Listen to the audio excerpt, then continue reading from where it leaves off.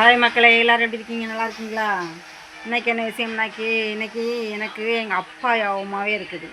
ஆமாம் மக்களே, எங்கள் அப்பா சாகிறதுக்கு ஒரு 15 நாளைக்குமே என் வீட்டுக்கு வந்துச்சு. எங்கள் அப்பா லாஸ்ட்டாக தான் வந்துச்சு. ஒரே அழுதுச்சு. எதுக்குப்பா அழுகுதேன்னு நான் கேட்டேன் எங்கள் அப்பாட்ட. எங்கள் அப்பாவோட மருமவா எங்கள் அப்பாவை ரொம்ப தகாத வார்த்தையெல்லாம் பேசியிருக்கா.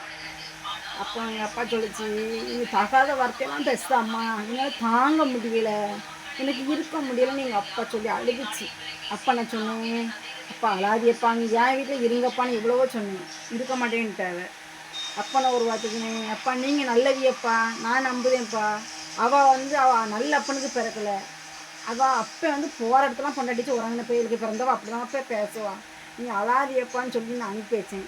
அனுப்பி வச்சு 15 எங்கள் அப்பா இறந்து போயிட்டா மக்களே. எங்கள் அப்பா செத்து 15 வருஷம் தாண்டுது. ஆனால் இன்றைக்கி எனக்கு எங்கள் அப்பா யோகம் அப்படி தான் இருக்குது.